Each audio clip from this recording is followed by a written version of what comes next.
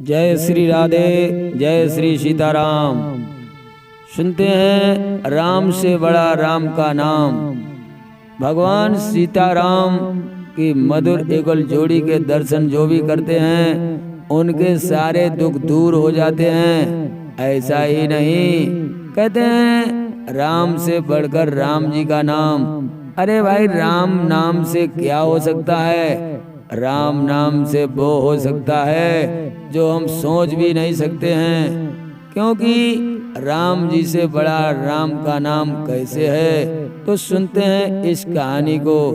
एक समय क्या हुआ, एक गांव में एक बहुत सुंदर परिवार रहता था।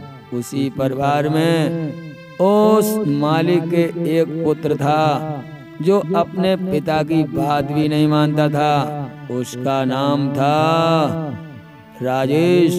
तो राजेश अपने पिता की बात नहीं मानता था। पिता की बात छोड़ो, अरे अपनी माता की भी बात को नहीं मानता था। माता पिता ने विचार किया, हमारा इकलौता पुत्र है और ये हमारी बात नहीं मान रहा है, गलत संगत में पड़ गया तो इसका परिणाम भी बुरा होगा। तो पिताजी ने कहा, सुनो, मेरे विचार से तो ऐसा लग रहा है कि इसे किसी महात्मा की संगत में डाल दिया जाए, और महात्मा के संग रहेगा तो परमात्मा की याद अवश्य करेगा। ये बात पत्नी को भी अच्छी लगी। पत्नी ने कहा, हाँ हाँ, तो फिर क्या किया जाए? अरे किसी महात्मा जी के पास इसे ले जाया जाए, क्यों ना अपने गुरुदेव के पास ले जाएं। तो गुरु के पास अपने पुत्र को लेकर के वो किसान गया।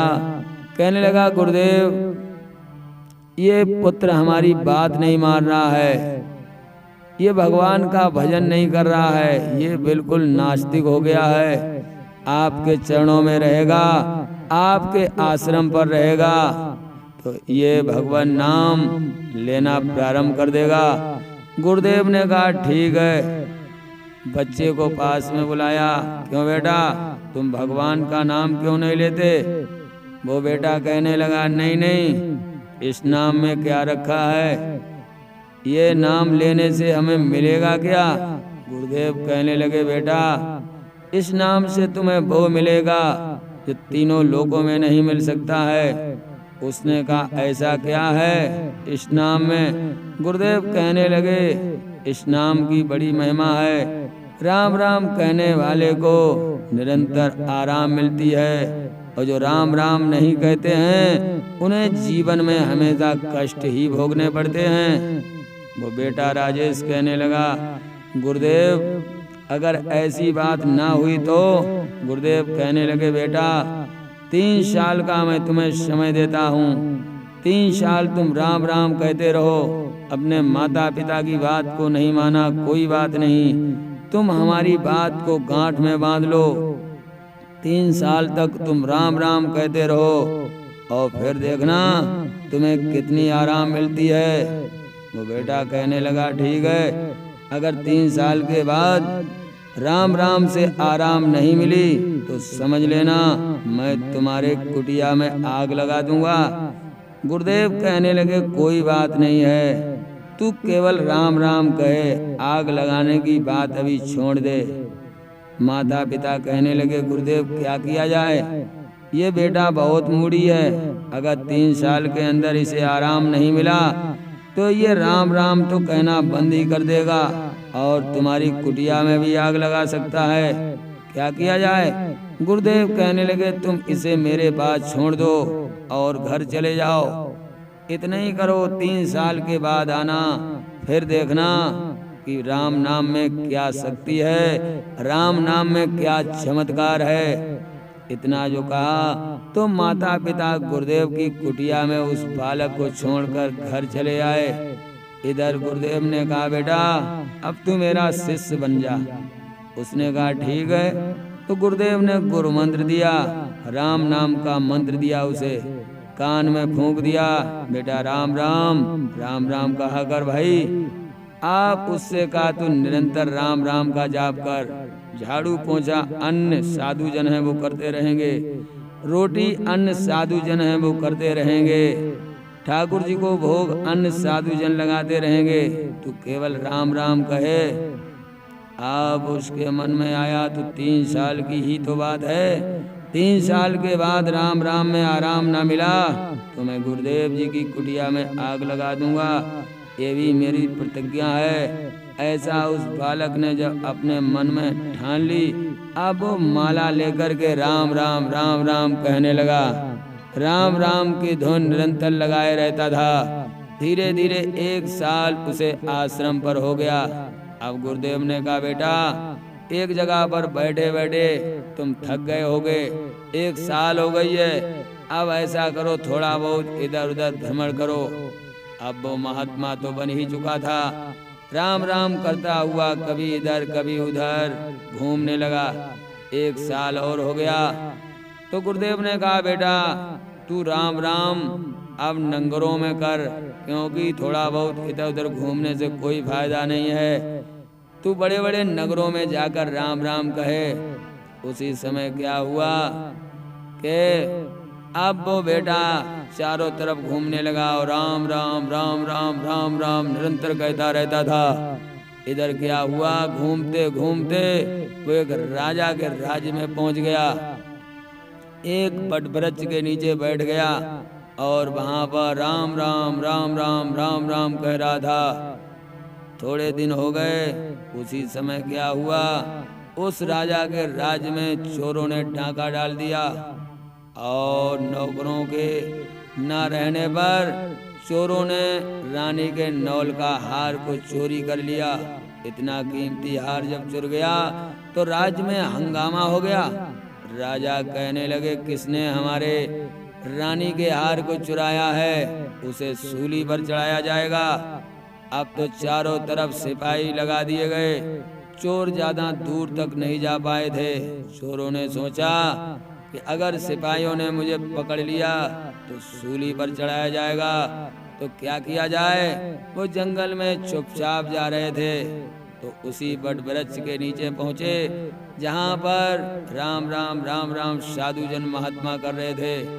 तो उसने देखा यहाँ पर साधु बैठा है, क्यों ना हार इसी के पीछे छुपा दिया जाए। यहाँ तक सिपाही आएंगे भी नहीं, और उन्होंने उसी के पास में हार को छुपा दिया। चोर तो चले गए, लेकिन सिपाही पैंचल लगाते हुए वहीं पहुंच गए जहां पर वो बेटा राम राम राम राम कह रहा था। सिपाहियों ने चारों तरफ देखा, देखने के बाद छुपा हुआ हार भी नजर आ गया। सिपाहियों ने ये बात राजा से कही, महाराज एक बाल योगी साधु राम राम कर रहा है, उसी के पास से ये हार निकला है। राजा ने जब ये बात सुनी तो राजा ने कहा, ओ साधु जन को हमारे पास लाया जाए। अब क्या हुआ, इनको बांध लिया गया, लेकिन हथकड़ियां पड़ती रहीं, ये राम राम कहना नहीं भूले। साधु जन को बांधने के बाद अब क्या हुआ, राजा के दरबार में खड़ा किया गया। कहने लगे, राजा क्यों रात में चोरी करते हो, दिन में राम राम करते हो। वो बाल योगी बेटा कहने लगा, नहीं नहीं, मैंने कोई चोरी नहीं की, मैं तो केवल राम राम राम राम कह रहा हूँ। राजा कहने लगे, झूठ बोलते हो तुम, अगर चोरी नहीं की तो ये हार कहाँ से निकला। साधु जन महात्मा कहने लगे, मैं नहीं जानता हूँ कि हार ये कहाँ से आया, लेकिन मैं तो राम राम में लगा था, मुझे ध्यान ही नहीं था मेरे पास कौन आया, हार कौन रख गया और ये कैसे आ गया, क्योंकि मैं तो राम नाम में ध्यान लगाए हुए था। अब क्यों ना ध्यान लगे, 3 साल होने को आई है और जो राम राम कह रहा है तो धीरे धीरे ध्यान तो परमात्मा में लग ही जाएगा। तो वो ध्यानस्थ थे, उसने जान भी नहीं पाया कि हार किसने रख दिया। लेकिन राजा ने कहा, इसका मतलब तू ही चोर है, तू बातें बता रहा है, और नौकरों को आदेश दिया कि जाओ इसे सूली पे चढ़ा दिया जाए। जब ऐसा कहा तो जल्लाद लेकर के चल दिए। अब बाल योगी साधु जन सोचने लगे, अच्छी शिक्षा दी गुरुदेव ने, अगर राम राम न कहता होता तो यहाँ तक मेरे पास मौत का फंदा नहीं आया होता। अब क्या किया जाए। लेकिन दिमाग बदल चुका था। कहने लगे 3 सालें पूरी अभी बाकी हैं होने को, अभी मुझे राम राम ही कहना है। इसके बाद या तो मर जाऊंगा या फिर गुरुदेव की कुटिया में आग लगा दूंगा। वो राम राम कहना बंद नहीं कर रहा था। उसी समय क्या हुआ, जिन चोरों ने हार को चुराया था वो भी देखने को आए। वो भी सोच रहे थे ये निर्दोष सूली पे चढ़ाया जा रहा है, लेकिन क्या करें, ये तो नहीं कह सकते कि हमने हार रखा। अब सूली तक जैसे पहुंचाया गया तो उस बाल योगी को जल्लादों ने सूली पर चढ़ा दिया। सूली पे चढ़ने के बाद उसने राम राम कहना बंद नहीं किया, तो सूली पे चढ़ने के बाद भी उसके प्राण नहीं निकले। जब प्राण नहीं निकले, जल्लादों ने कहा महाराज ये तो महात्मा बच गया। राजा ने पूछा कैसे बच गया। उसको फिर दरबार में बुलाया गया। कहने लगे बाल योगी तुझे सूली पर चढ़ाया गया और तू कैसे बच गया। वो कहने लगा ये तो हम नहीं जानते। महात्मा ने कहा मेरा केवल एक ही मन है, मैं राम राम कहता हूँ, हो सकता है राम ने बचा लिया हो। जब इतना कहा उसी समय वो चोर भी दयावश आ गए और कहने लगे महाराज क्षमा करें, इसने चोरी नहीं की, हार तो हमने चुराया था लेकिन इसके पीछे छुपा दिया था। आप ये कैसे बच गए ये हम भी नहीं जानते हैं। राजा ने कहा तुम्हें किसने बचाया। तब वो साधु जन कहने लगे मैं तो राम राम की माला जप रहा हूँ। उसने पूरी बात बताई गुरुदेव की कि गुरुदेव ने कहा 3 साल तक राम राम कहना और तुम आराम से रहोगे, तुम्हें आराम मिलेगा। ऐसा साधु जन महात्मा राजा ने जब देखा एकदम से चरण पकड़ लिए। कहने लगे महात्मन मुझे क्षमा करो और मैंने आपको सूली चढ़वाई, लेकिन जिस परमात्मा ने तुम्हें बचा लिया वह परमात्मा तो हमसे अवश्य क्रोधित होगा, इसलिए मैं क्या करूं। तो रानी ने कहा महाराज एक उपाय है, अपने कोई संतान नहीं है, अपनी इकलौती बेटी है, ये योगी जन साधु महात्मा के साथ में विवाह कर दिया जाए और सारा खजाना सारा राजमाल इन्हीं को दे दिया जाए और स्वयं महात्मा बनकर भगवान का भजन करेंगे। राजा के मन में ये विचार अच्छा आया और राजा ने उसी साधु जन महात्मा के साथ में बेटी का विवाह कर दिया और सारा राजपाट दे दिया। अब तो वो साधु जन महात्मा राजा बन गए। राजा बन के आराम से रहने लगे।